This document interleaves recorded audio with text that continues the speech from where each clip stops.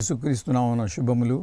దేవుని యొక్క మహాదయా సంకల్పాన్ని బట్టి మనమందరం సజీవులుగా ఉండి ఆయనను ఆరాధించడానికి, వాక్యంలోని శ్రేష్టమైన సంగతులను గ్రహించడానికి దేవుడిచ్చిన మంచి సమయాన్ని బట్టి దేవుని కృతజ్ఞతాస్తుతులు చెల్లిస్తున్నాను. క్రీస్తునాథ ప్రియమైన వారులారా, దేవుడు మనను ప్రేమిస్తున్నాడు, శాశ్వత ప్రేమతో ప్రేమిస్తున్నాడు అని మనం ప్రతినిత్యం గుర్తు చేసుకోవాల్సిన వారమై ఉంటున్నాం. ఇక్కడ దేవుడు తన ప్రజలను ప్రేమిస్తున్నాడు. తన ప్రజలు అన్నప్పుడు మనం చాలాసార్లు మరి ఇశ్రాయేలు గురించి, యూదా వారి గురించి అని మనము భావిస్తాము. అది వాస్తవమే కూడా. వారు ఆయా విధమైనటువంటి పొరపాట్ల వలన, పాపాల వలన, దేవునికి వ్యతిరేకమైన కార్యములు చేయడం వలన వారు బబులోను బానిసత్వానికి కొనిపోబడతారు. సిద్కియా రాజు కాలంలో మరి ఆ యొక్క దుర్మార్గపు పరిపాలనలో మరి వారు ఇశ్రాయేలీయులు ఒక 2-3 తప్పులు చాలా చేశారు. మొట్టమొదటిగా మరి నిజదేవుడైనటువంటి ప్రభువును, యెహోవాను, మరి వారి పితరుల దేవుడైన యెహోవాను విడిచిపెట్టి విగ్రహాల వైపు తిరగడం మొదటి పాపమైతే, రెండవదిగా దేవుని మర్చినటువంటి ప్రజలుగా ఉన్నట్లు మనం వాక్యంలో చూడగలం. మరి అంతేకాకుండా మరి ఇర్మియా గ్రంథంలోనే 5వ అధ్యాయంలో చూస్తే నీతి న్యాయములు జరిగించేవాడు, ఆ వాక్యం నేను చదువుతాను. ఇర్మియా 5:1, యెరూషలేము వీధుల్లో ఇటు అటు పరిగెత్తు చూచి కొనుడి, దాని రాజవీధులలో విచారణ చేయడి, న్యాయము జరిగించుచు నమ్మకముగా నుండా యత్నించుచున్న ఒక్కడు మీకు కనబడిన ఎడల. మరి నీతి న్యాయములు జరిగించుచు న్యాయముగా ఉండేవాడు ఒక్కడు కూడా లేడు. ఒకవేళ ఒక్కడు నీతి న్యాయం జరిగించేవాడు ఉన్నాను, నేను వారిని క్షమించేవారిని అని దేవుడు ఇక్కడ అనడం మనం చూస్తున్నాం. చెప్పేదేమంటే ఆ యొక్క యూదా ప్రజలు మతభ్రష్టత్వానికి లోనయ్యారు. అంతేకాకుండా నీతి న్యాయాలను వదిలిపెట్టేవారు. నిజానికి దేవుడు నీతిమంతుడు, న్యాయవంతుడు. నీతి న్యాయములు ఆయన సింహాసనమునకు ఆధారమని ఒక కీర్తనలో చూస్తాం. మరి ఆయా భాగాలలో దేవుడు నీతి న్యాయాలకు ఎంత ప్రాధాన్యత ఇస్తాడో కూడా మనం వాక్యంలో చూస్తాం ప్రియులారా. అయితే వారు మరి బబులోను బానిసత్వమునకు కొనుపోబడిన తర్వాత వారిని విడిపిస్తాను అనే సందర్భంలో మరి పలికినటువంటి మాటల గురించి నేను ధ్యానించాలని ఆశిస్తున్నాను. క్రీస్తునందు ప్రియమైన వారులారా, ఇక్కడ ఇర్మియా 30వ అధ్యాయంలో చూస్తే యెహోవా యొద్ద నుండి వచ్చి ఇర్మియా ప్రత్యక్షమైన వాక్కు, ఇశ్రాయేలు దేవుడైన యెహోవా ఇలాగ సెలవిస్తున్నాడు, రాబో దినములో నేను ఇశ్రాయేలు వారును యూదా వారునగు నా ప్రజలను చెరలో నుండి విడిపించి వారి పితరులకు నేను ఇచ్చిన దేశమును వారు స్వాధీనపరచుకున్నట్లు వారిని తిరిగి రప్పించదనని యెహోవా సెలవిచ్చుచున్నాడు. క్రీస్తునందు ప్రియమైన వారులారా, రాబో దినాలలో ఇశ్రాయేలు వారిని, యూదా వారిని, నా ప్రజలని చెరలో నుండి విడిపిస్తాననేటువంటిది దేవుడు ఇర్మియా ప్రవక్త ద్వారా ఇచ్చినటువంటి వాగ్దానం ప్రియులారా. నిజానికి మరి దేవుడు ఇక్కడ దేవుని గురించి ఒక విషయం చెప్పాలి. ఆయన భూత, వర్తమాన, భవిష్యత్ కాలములు తెలిసినవాడు. అలాంటి వాడే దేవుడు అవుతాడు. యెహోవా ఇశ్రాయేళ్లకు మరి వారి భవిష్యత్తులో జరగబోయే విషయాలను మరి ప్రవక్త ద్వారా చెప్పడం జరుగుతుంది. అంతేకాకుండా విచిత్రం ఏమంటే, కావున నేను నీతో చెప్పిన మాటలన్నిటినీ ఒక పుస్తకంలో వ్రాసించుకొనుము. ఈ మాటలు మరి అంటే ఒక మరి ఆ గ్రంథంలో మీరు రాసుకొని ఉండండి, నేను విడిపిస్తాను అని దీని భావం ప్రియులారా. చెప్పేదేమంటే ఇక్కడ the people of Judah they were taken as captives to the Babylonians. మరి బబులోను బానిసత్వానికి మరి ఆ యొక్క యూదారాజుల యొక్క పరిపాలన వలన లేదా ప్రజల యొక్క ఆయా పాపాల వలన వారు బానిసత్వంలో కొనిపోబడినప్పుడు God has given a return promise, he will deliver his people Israel from the bondage of slavery. నిజానికి మరి బబులోను బానిసత్వము. ఇక్కడ the theme of the chapter Jeremiah 30 to 38 chapters, 33 chapters is set by namely the full restoration of the people of God to their covenantal relationship with him. ఇక్కడ ఇర్మియా గ్రంథంలో 30 నుంచి 33వ అధ్యాయాల వరకు మరి దేవుడు ఆ యొక్క బబులోను బానిసత్వంలో ఉన్నటువంటి తన ప్రజలను తన నిబంధన సంబంధమైన సంబంధాన్ని బట్టి వారిని మరి తిరిగి రప్పిస్తాను, తమ స్వదేశంలో వారికి చేర్చుతాను అనేటువంటిది వాగ్దానం. ప్రియులరా, ఇక్కడ చెప్పేదేమంటే బానిసత్వం. నిజానికి అనేకులు పాపం అనే బానిసత్వంలో బంధకాలలో ఈనాడు మానవులంతా ఉంటున్నారు. కేవలం అదేదో బబులోను బానిసత్వం ఒకటే బానిసత్వం అన్నది కాదు కానీ మరి మనిషి ప్రతి విధమైనటువంటి పాపాలతో అపరాధాలలో దేవునికి ఇష్టం కాని కార్యాలన్నీ కూడా పాపమే. మరి విశ్వాసం మూలము కానిది పాపము, అజ్ఞాతిక్రమమే పాపం అని కూడా రాయబడింది. ఇక్కడ బబులోను గురించి కూడా కొంత చెప్పాలి. ఈ యొక్క బబులోను అనేటువంటిది మరి బైబిల్ గ్రంథంలో చూస్తే మరి గర్వానికి, విగ్రహారాధనకు, వ్యభిచారానికి, మరి లోకరీతి జీవితానికి మరి గుర్తుగా ఉందని గుర్తు చేసుకోవాలి. అలాంటి బబులోని బానిసత్వానికి వారు వెళ్ళారు. మరి ఇక్కడ చూస్తే మరి ప్రజలు మరి బానిసలుగా ఉంటున్నారు. మరి విడిపించువాడు ఎవరు లేరా? క్రీస్తునందు ప్రియమైన వారులారా, నిజానికి మరి sin, worldliness made us captive to someone or something. Sin or worldliness made you and us captives to someone or something. పాపము లేదా లోకరీతి జీవితము మనిషిని ఏం చేసిందంటే నిన్ను నన్ను మరి మనుషులను చాలామందిని అందరినీ మరి బానిసలుగా ఎవరికో ఒకరికి దేనికో ఒకదానికి బానిసగా, కొందరు మనుషులకు బానిసలైతే కొందరేమో వ్యసనాలకు బానిసలు, మరి కొందరికి ఆయా యొక్క అధికారంలో వలన వారు చేస్తున్నటువంటిది విధి లేక ఒప్పుకునేటటువంటి పరిస్థితి. కాబట్టి మరి ఈ యొక్క దురలవాట్లు, మోసము, కపటమైన జీవితము, అబద్ధములు, వేషధారణ మరి అన్ని మానవ జీవితంలో ఉన్నాయి. ఒకటి విషయాన్ని గ్రహించాలి, దేవుడు నీ జీవితంలో లేకపోతే పాపంలోనే జీవిస్తావు. దేవుడు ఏ వ్యక్తి జీవితంలో లేకపోతే అతడు పాపములోనే జీవిస్తాడు. పాపము చేసి ప్రతివాడును పాపమునకు దాసుడని బైబిల్ గ్రంథం తెలియజేస్తుంది.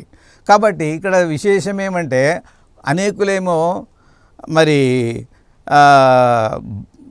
బహిరంగ పాపాలలో జీవిస్తున్నారు, మరికొందరేమో రహస్యమైన పాపాలలో కూడా జీవిస్తున్నారు. నిజానికి అయితే దేవుడు హృదయాలను, రహస్యాలను ఎరిగిన దేవుడికి సమస్తము మరి తేటగా మన జీవితం కూడా కనపడుతుందని మనం గుర్తు చేసుకోవాలి. బోధించేవాడైనా, ప్రకటించేవాడైనా, వినేవాడైనా ఎవరైనా కూడా పాపం యొక్క ప్రభావము మన పైన పడుతూ ఉంటుంది. అయితే దేవుని యొక్క కృప ద్వారా మరి దేవుని సన్నిధి ప్రసన్న ద్వారా ఆ పాపాన్ని అధిగమించే శక్తిని దేవుడు తన పవిత్రాత్మ ద్వారా, తన వాక్యముతో శుద్ధి చేయడం ద్వారా మన మనస్సాక్షిని కల్మషం నుంచి దేవుని వాక్యం శుద్ధి చేస్తూ ఉంటుంది. అందుకనే అనేక సార్లు దేవుని దగ్గరికి రావాల్సింది, దేవుని వాక్యం వినవలసింది, ఆయన రక్తధారలో మరీ కడుక్కోవాల్సిన వారమై ఉంటున్నాం. ఇక్కడ మొదటి 3 వచనాలలో చూస్తే first 3 verses restoration from the captivity, return promise to Israel. కాబట్టి క్రీస్తునందు ప్రియమైన వారులారా, ఇశ్రాయేలు దేవుడు మరి యాహ్వే వారి విమోచకుడు. నిజానికి యోబు గారు నా విమోచకుడు నేను చూస్తాను, నా కన్నులారా చూస్తానని అన్నాడు. మరి బైబిల్లో చూస్తే దేవుడు ఐగుప్తు బానిసత్వం నుంచి విడిపించినప్పుడు ఆయన విమోచకుడుగా అద్భుతాలు, సూచక్రియలు, మహత్కార్యం చేసి విడిపించాడు. అదేవిధంగా మరి ఇప్పుడు కూడా మరి బబులోని బానిసత్వం నుంచి నేను విడిపిస్తాను, మీరు దాన్ని రాసుకోండి అని కూడా చెప్పడం చాలా మరి విశేషంగా మనము చూడాల్సిన వారం అంటున్నాం. అనగా దేవుడు మాట ఇచ్చి నెరవేర్చేవాడు, వాగ్దానాలను ఇచ్చి నెరవేర్చే దేవుడు అని మనం గుర్తు చేసుకోవాల్సిన వారం అంటున్నాం.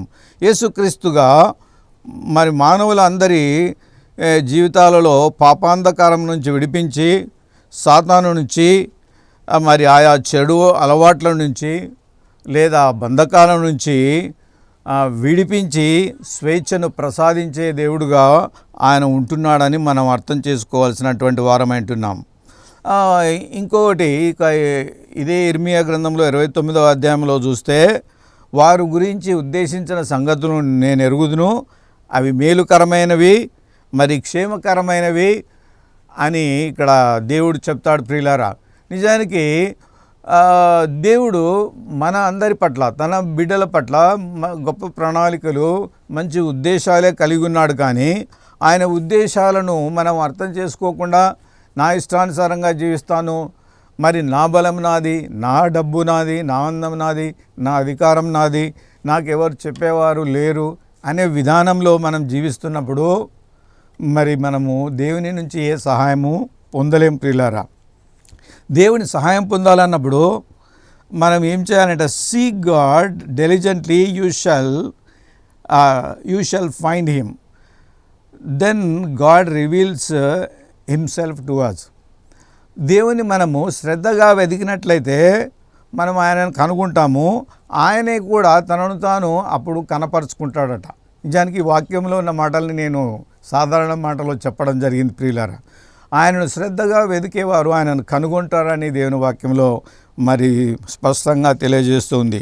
క్రీస్తునందు ప్రియమైన వారులారా, ఇక్కడ చూస్తే, మీరు నన్ను వెతికిన యెడల, యూదా ప్రజలైనా ఏ జాతి వారైనా మీరు నన్ను వెతికిన యెడల, పూర్ణ హృదయంతో నన్ను గూర్చి విచారణ చేసిన యెడల మీరు నన్ను కనుగొందురు, నన్ను నేను మీకు కనుపరుచుకుందును అని 29వ అధ్యాయం 13-14 వచనంలో చూస్తాము. నేను మిమ్మను చెరలో నుండి రప్పించదను. ఈ యొక్క బబులోను బానిసత్వంలోంచి నేను విడిపిస్తాను మరి అని చెప్పినప్పుడు, మరి వారి జీవితంలో మరి అనేకమైన కఠినమైన సంవత్సరాలు వాళ్ళు ఎదురు చూడాల్సిన వచ్చింది. ప్రియులారా, ఒక విషయం మనం గ్రహించాలి. దేవుడు తన ప్రజలను జాగ్రత్తగా వినాలి. దేవుడు తన ప్రజలను పాపం చేసినప్పుడు, తప్పు చేసినప్పుడు శిక్షించి బాగు చేస్తాడు.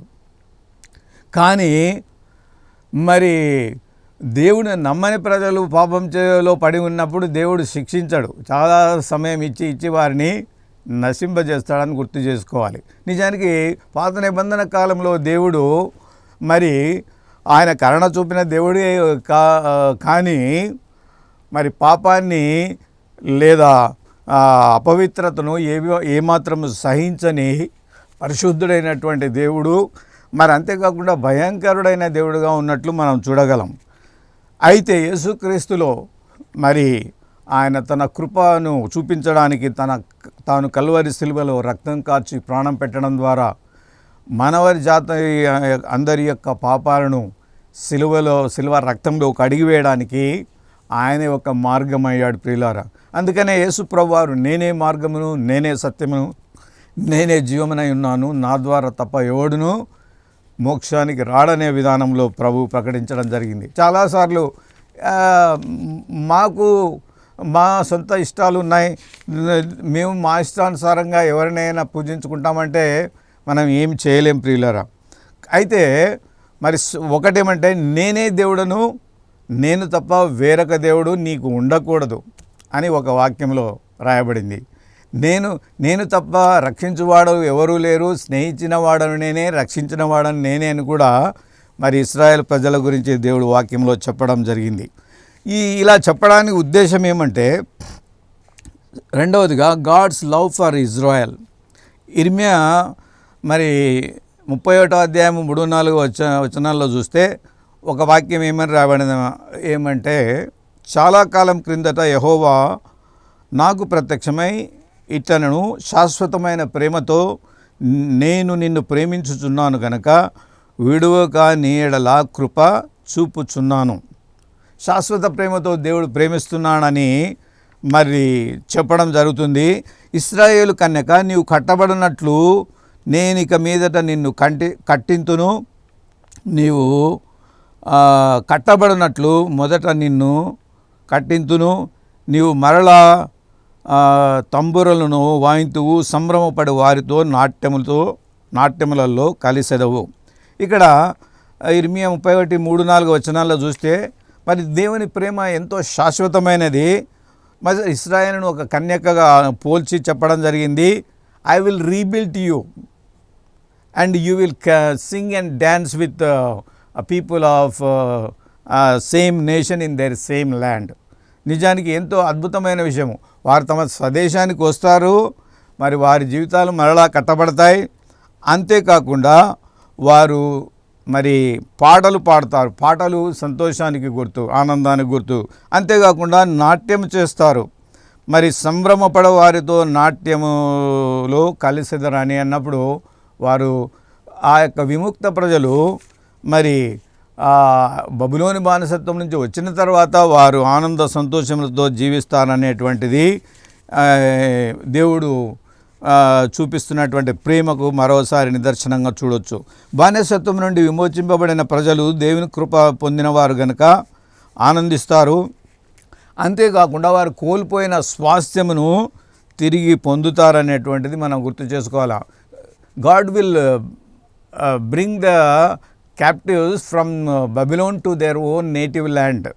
కాబట్టి తమ స్వదేశానికి తిరిగి వస్తారు. కాబట్టి వారి జీవితంలో ఆనందము, సంతోషము ఉంటుందని దేవుడు వాగ్దానం చేస్తున్నాడు. ప్రియులారా, ఇక్కడ ఆనంద సంతోషాల గురించి for the Joy of the lord is strength.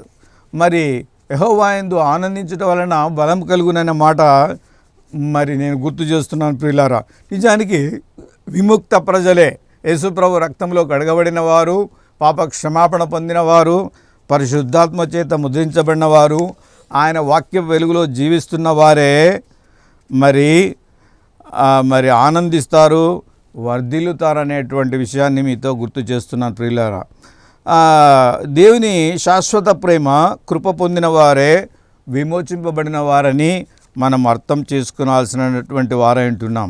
కాబట్టి విముక్త ప్రజల జీవితాలలో మరి నిత్యానందము ఉంటుంది అనేటువంటిది కూడా మరి యెషయా గ్రంథంలో మనం చూడగలం. ప్రియులారా, ఇక్కడ మరి ఇప్పుడు అసలు 8వ వచనానికి 31వ అధ్యాయము ఇర్మియా 8, 9, 10 వచనాలలో చూస్తే full restoration of people of God. మరి యొక్క రెస్టరేషన్ అనే మాట నేను కొద్దిగా వివరించాలని ఆశిస్తున్నాను. ఏదైనా మనిషి ఏదైనా పోగొట్టుకున్నప్పుడు మరలా తిరిగి పొందడమే రెస్టోరేషన్.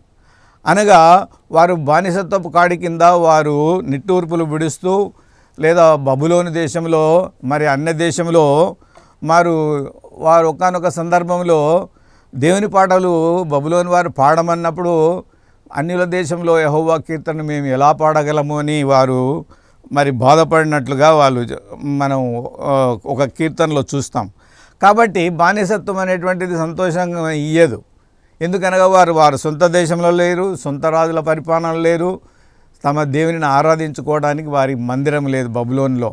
కాబట్టి అలాంటి దౌర్భాగ్య స్థితి నుంచి కోల్పోయినటువంటి వారి యొక్క ఆనందాన్ని, మరి వారి యొక్క స్వాస్థ్యాన్ని లేదా వారి దేశాన్ని వారికి తిరిగి తీసుకొని వస్తానని చెప్పే క్రమంలో దేవుడు చెప్పిన మాటలు 8, 9, 10 వచనాల్లో మనము చూడగలము.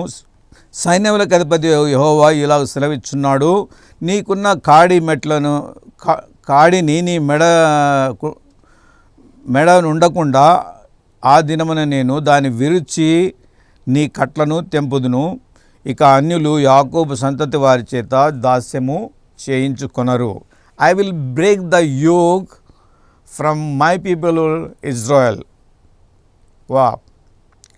వారిని ఇతరులు మరలా దాస్యానికి మరి చేసుకోలేని విధంగా దేవుడు కాపాడుతాను అని చెప్పడం జరిగింది. ప్రియులారా, చెప్పేదేమంటే నిజానికి దేవుడు ఆ విధంగా బబులోని బానిసత్వం నుంచి తన ప్రజలను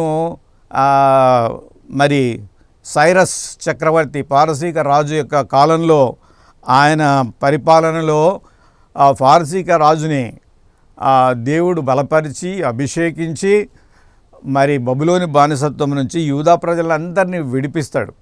విడిపించడం మాత్రమే కాకుండా మరి వారిని వారి స్వదేశానికి పంపిస్తాడు. అంత మాత్రమే కాకుండా ఆ బబులోని రాజులు యెరూషలేము దేవాలయంలోంచి కొల్లగొట్టినటువంటి దేవాలయంలోని బంగారు ఉపకరణములను, అనేకమైన పాత్రలను, వెండి పాత్రలను, బంగారు ఉపకరణములను తిరిగి వారి దేశానికి కూడా తెప్పించడం అనేటువంటిది మనము ఆ యొక్క యెషయా గ్రంథంలో 45 అధ్యాయంలో ఆ యొక్క కోరేషు పారసీక చక్రవర్తి గురించి కూడా రాయబడింది. క్రీస్తునందు ప్రియమైన వారిలో ఒక అన్యరాజును ఉపయోగించుకొని పారసీకులు రాజు అయినటువంటి కోరేషు ఇశ్రాయేలుడు కాదు, యూదుడు కాదు, పారసీక దేశపు రాజు. అయినా దేవుడు అతన్ని బలపరిచి అతన్ని అభిషేకించి అనే మాట కూడా రాయబడింది. ఒక అన్యరాజు నీతిని బట్టి కోరేషును రేపితేనే అక్కడ కోరేషు గురించి కూడా మరి యెషయా గ్రంథంలో రాయడం జరిగింది. అనగా God stirred up the man heart of Cyrus to bring Israel back from their captivity from Babylonians. ఆ బబులోను రాజులను చిత్తుగా ఓడించి మరి ఓడించిన తర్వాత ఆ యొక్క బబులోను రాజు యొక్క అధికారాన్ని కోల్పోతాడు. ఆ ప్రజలందరినీ విడిపించి మళ్ళీ తమ స్వదేశానికి వెళ్ళునట్టును, వారు తమ స్వదేశంలో తమ దేవునిని ఆరాధించినట్లుగా కూడా మందిరం యొక్క బంగారు వెండి ఉపకరణను పంపడము అనేటువంటిది మరి దేవుని యొక్క ప్రణాళిక అని మీతో మనవి చేస్తున్నాను ప్రియులారా. ఇక్కడ ఇప్పుడు ఇశ్రాయేల్ గురించి కూడా చెప్పాల్సినటువంటి అవసరం ఉంది. మరి దేవుడు తన ప్రజలను, ఇశ్రాయేల్ వారిని, యూదా వారిని అందరినీ ఇశ్రాయేలీ అని అంటారు కాబట్టి వారందరినీ తమ స్వదేశంలో చేరుస్తాను అన్న తర్వాత వారిని మరి స్థాపిస్తాను, మరి దీవిస్తాను అనేటువంటి మాటలు కూడా మనం చూస్తాము. అయితే ఇశ్రాయేలు వారు ఆయా దేశంలో చెదిరినటువంటి వారిని దేవుడు మరి గొప్ప జనాంగం చేసి 1948వ సంవత్సరంలో మరి ఇశ్రాయేల్ దేశాన్ని ఒక స్వతంత్ర రాజ్యంగా లేదా స్వతంత్ర దేశంగా చేయడం జరిగిందని మీతో మనవి చేస్తున్నాను. ఇవి అందరికీ తెలిసిన విషయాలే. అయితే మరి వారి సంఖ్య ఇప్పుడు ప్రస్తుతము 98 లక్షలుగా మరి ఉంటున్నారని సమాచారం ప్రియులారా.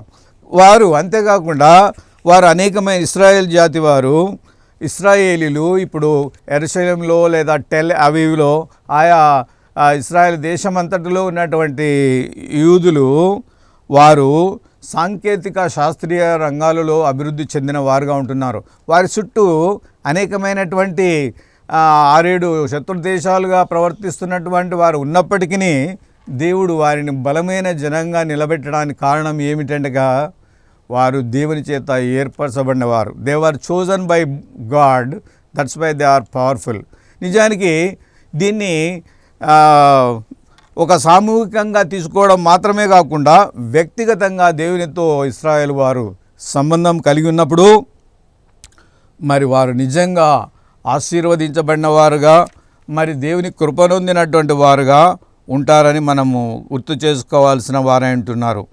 అక్కడ దేవుడు ఈ ఇశ్రాయేలుని ఇంతగా ప్రేమించడానికి కారణం ఏమంటే నిబంధన సంబంధమైన సంబంధాన్ని బట్టి వారు అభివృద్ధి చెందారు, ఆశీర్వదించబడ్డారు, అభివృద్ధి పథంలో పయనిస్తున్నారని మనం గుర్తు చేసుకోవాల్సిన వారమై ఉంటున్నాం.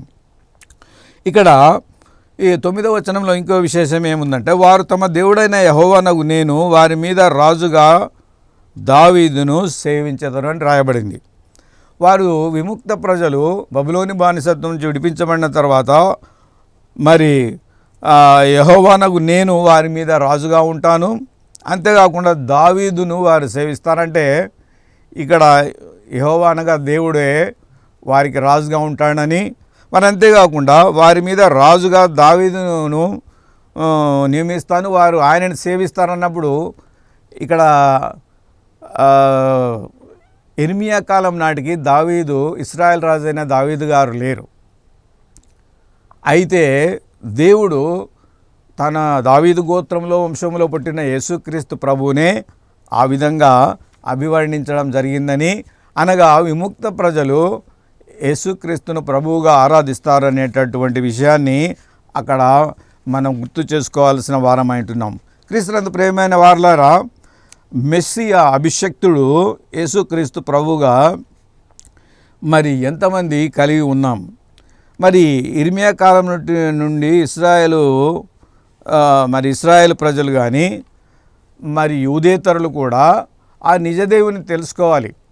ఈ నిజదేవుడు ఆత్మల రక్షకుడిని తెలుసుకోవాలన్న ఉద్దేశంతోనే ప్రపంచమంతటా సువార్తలు, మరి శుభవర్తమానములు, మరి మీటింగ్స్, కాన్ఫరెన్స్ లేదా కన్సర్ట్స్, ఏది ఏమైనా అనేక విధాలుగా మందిరాలలో దేవుని వాక్యము విశేషంగా ప్రకటించబడుతుంది. అని ఏమిటంటే వారు సత్యవంతుడైన దేవుని తెలుసుకోవాలి. ఒక వాక్యం ఏమని రాబడిందంటే, యూదులని గ్రీసు దేశస్థుడని ఏ జాతి అయినను మరి ఏ భేదము లేదు, కానీ అందరూ కూడా సకల జాతుల వారు మరి నిజదేవుని తెలుసుకోవాలనేటువంటిదే దేవుని యొక్క ఉద్దేశమై ఉంటున్నదని మనం అర్థం చేసుకోవాల్సిన వారమై ఉంటున్నాం. ఆయన మనను పాపము నుంచి, బంధకాల నుంచి విడిపించే దేవుడు. Jesus Christ is one who set us free from sin, sickness and even from the captivity. దేవుడు మనను పాపం నుంచి, అనారోగ్యం నుంచి, మరి బంధకాల నుంచి విడిపించగలడని మనం గుర్తు చేసుకోవాల్సినటువంటి వారమై ఉంటున్నాం. అప్పుడు ఏమవుతుందంటే, ఇక్కడ నేను ఇంకో విషయం చెప్తాను. Sin separated man from God, wages of sin is death. In Jesus Christ we have eternal redemption. Hallelujah. Sin separated man from God. పాపం అనేది దేవుని నుంచి దూరం చేసింది. పాపం వలన వచ్చు జీతం మరణము. అయితే యేసుక్రీస్తులో ఆ యొక్క శిలువలో విమోచన కార్యం జరిగింది. కాబట్టి దేవుడు మనకు విమోచించిన తర్వాత విముక్త ప్రజలే నిజమైన ఆనందాన్ని ఈ భూలోకంలో పొందుతారు. ఆయన పరలోక రాజ్యంలో నిత్యత్వంలో మరి యుగయుగములో ఆనందిస్తారని మీతో మనవి చేస్తున్నాను. పరిశుద్ధాత్మ దేవుడు వింటున్న ప్రజలందరి హృదయాలలో మరి నీరు కట్టి ఫలింపచేయనుగాక. ప్రార్థన చేద్దాం. మా స్తుతి కారణభూతమైన పరలోకపు తండ్రి, యేసుక్రీస్తునామ మీ పాద సన్నిధికి వస్తున్నాం ప్రభా. వర్తమాన భవిష్యత్ కాలం నుండి సర్వాధికారి అయిన దేవా స్తోత్రం చెల్లిస్తున్నాం. మీరు మీ ప్రజలకు విమోచనము అనుగ్రహించున్నారు, బంధకమును తెంపి ఉన్నారు, స్వేచ్ఛను ప్రసాదించి వారి దేశంలోనికి రప్పించిన దేవా స్తోత్రం చెల్లిస్తున్నాం. దేవా, మరి ఆ యొక్క విమోచనాన్ని మేము గుర్తు చేసుకుంటూ మీరు విమోచకుడు అని మీ కృతజ్ఞతాస్తుతులు చెల్లిస్తున్నాం. యేసు ప్రభు రక్తధారలో వింటున్న మా ప్రజల హృదయాలను కడుగుమని వేడుకుంటున్నాం. బంధకాల నుంచి విడిపించమని వేడుకుంటున్నాం. ఏ రహస్య పాపంలో ఉన్నప్పటి నుంచి వారిని విడిపించమని వేడుకుంటున్నాం. సాతాను చీకటి శక్తుల నుంచి విడిపించమని వేడుకుంటున్నాం. నా విమోచకుడు సజీవుడు సర్వశక్తిమంతుడు. I release the power of the Holy Spirit to touch their lives right now in Jesus' mighty name. Let thy divine power touch those who are hearing these words. Lord, cover them, wash them in the precious unblemished blood of Jesus Christ. దేవా, వారిని రక్తధార, యేసుప్రభు పరిశుద్ధ రక్తధారలో కడుగుము, విమోచించము. ప్రభా, యేసుప్రభువే మా విమోచకుడు, సజీవుడు, సర్వశక్తిమంతుడు అని చెప్పులాగిన వ్యక్తుల జీవితాలలో సాక్ష్యమును దయచేయమని, ఈ వాక్యాన్ని నీరు కట్టి ఫలింపజేయమని, మీ కాపుదలలో భద్రత వలయంలో మమ్మల్ని ఉంచమని, మమ్మల్ని దీవించి అనేకులకు దీవెనకరంగా మార్చమని నజరేయుడైన యేసుక్రీస్తు ప్రేమగల నామమున శక్తిగల నామమున ప్రార్థిస్తున్నాం తండ్రి. ఆమేన్, ఆమేన్, ఆమేన్.